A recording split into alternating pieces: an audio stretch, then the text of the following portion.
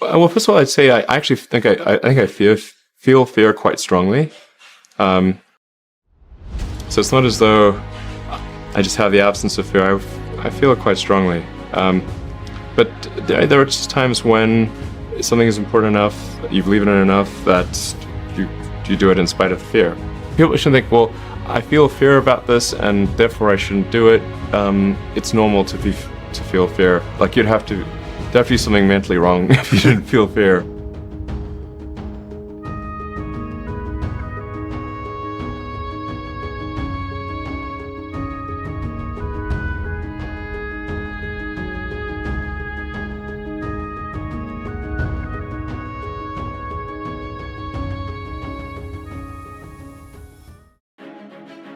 I think when I was, 5 or 6 or something, I thought I was insane. It was just strange. Because it was clear that other people did not, their mind wasn't exploding with ideas. It was like, and strange. I don't think you'd necessarily want to be me. People would like it that much. It's very hard to turn it off. It's like a never-ending explosion. All the time.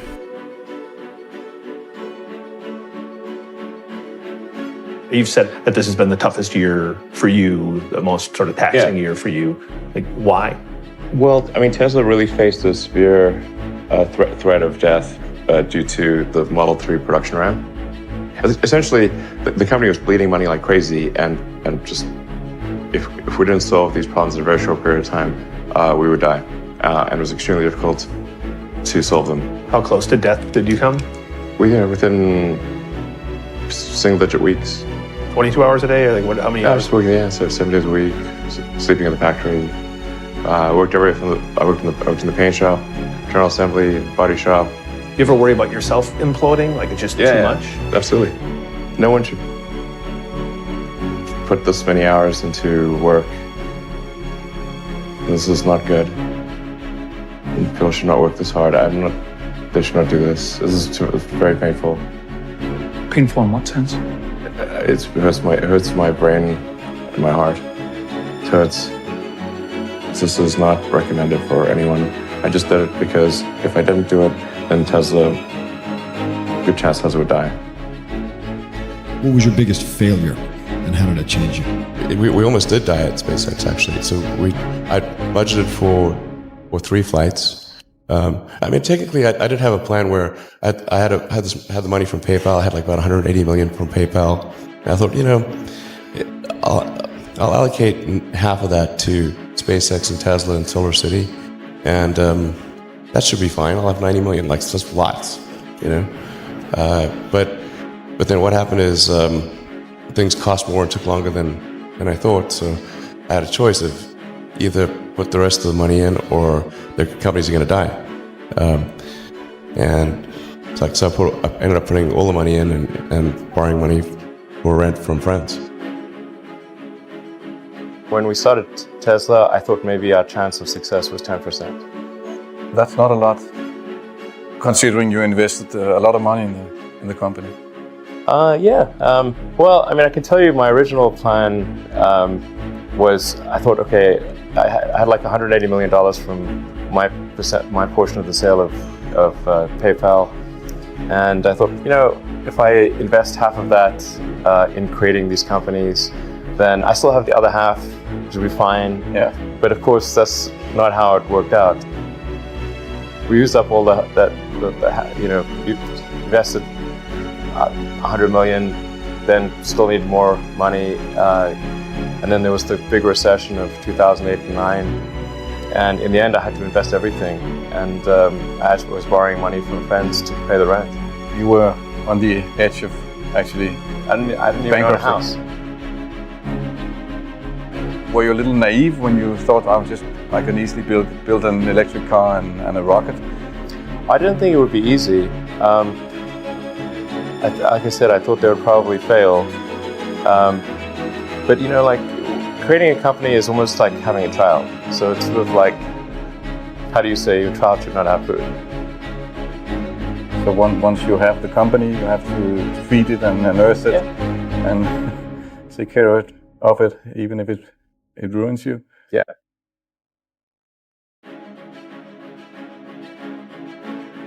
But I suppose there were some tough times in 2008, end of 2008. How did you get through that period of crisis? Yeah. Can we just break for a second? Sure, of course. Yeah. You want to wait a little while?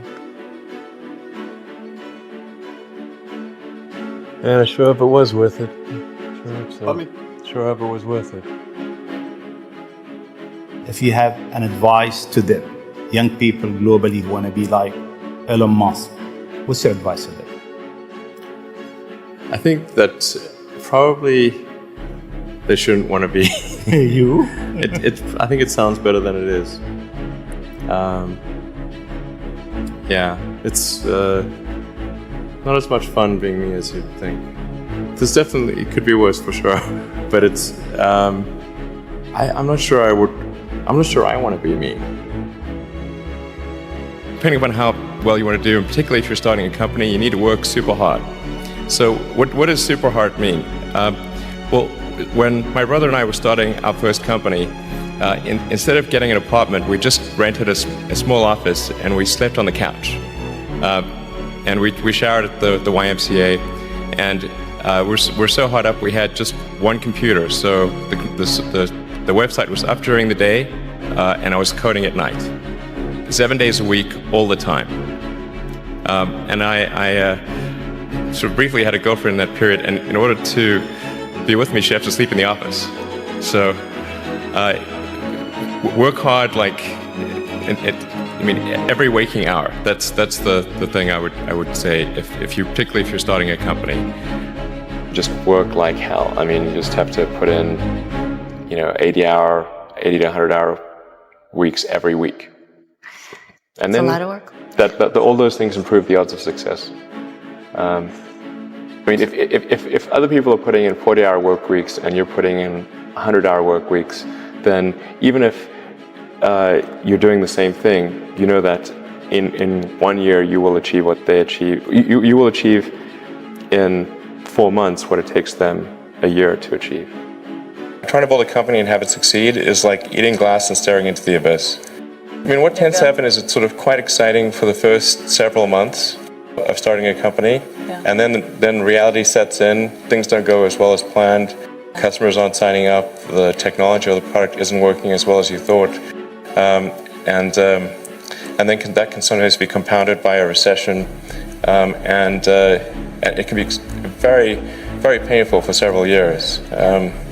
So I think, frankly, starting a company, I would advise people to have a high pain tolerance. When you had that third failure in a row, did you think, I need to pack this in? Never. Why not? I don't ever give up. I'd have to be dead or completely incapacitated. So many people try to talk me out of starting a right company. It was crazy. What did they tell you? One good friend of mine collected a whole series of videos of rockets blowing up and made me watch those. He just didn't want me to lose all my money. How did you figure you were going to start a car company and be successful at it? Well, I didn't really think Tesla would be successful. I thought we would most likely fail. But I thought that we at least could address the false perception that people had that an electric car had to be ugly and slow and boring like a golf cart. But you say you didn't expect the company to be successful, then why try? If something's important enough, you should try, even if the probable outcome is failure. It has actually been a very difficult journey, I have to say. Yeah. My priority right now is to try to add some more management bench strength to Tesla in particular, so that I can take a vacation. In the last 12 years, I've only tried to take a week off twice. The first time I took a week off, the Orbital Sciences rocket exploded and Richard Branson's rocket exploded in that same week. Second time I took a week off, my rocket exploded. The lesson here is don't take a week off. You know, there are American heroes who don't like this idea. Neil Armstrong, Gene Cernan have both testified against commercial spaceflight and the way that you're developing it, and I wonder what you think of that. I was very sad to see that because those guys are, those guys are heroes of mine, so it's really tough. I wish they would come and visit and see the hardware that we're doing here. And I think that would change their mind. They inspired you to do this, didn't they? Yes. And to see them casting stones in your direction. It's difficult. Did you expect them to cheer you on? So they're hoping they would. What are you trying to prove to them? What I'm trying to do is to make a significant difference in spaceflight and help make spaceflight accessible to almost anyone. Where does that come from, or how do you think about making a decision when everyone tells you this is a crazy idea? Or where do you get the internal strength to do that? Well, first of all, I'd say I actually think I feel fear quite strongly. So it's not as though I just have the absence of fear. I feel it quite strongly. But there are just times when something is important enough, you believe in it enough that you do it in spite of fear. People shouldn't think, well, I feel fear about this and therefore I shouldn't do it. It's normal to feel fear. Like there'd have to be something mentally wrong if you didn't feel fear. So I think that there's certain things that are necessary to ensure that the future is good. And some of those things are, in the long term, having long-term sustainable transport and sustainable energy generation.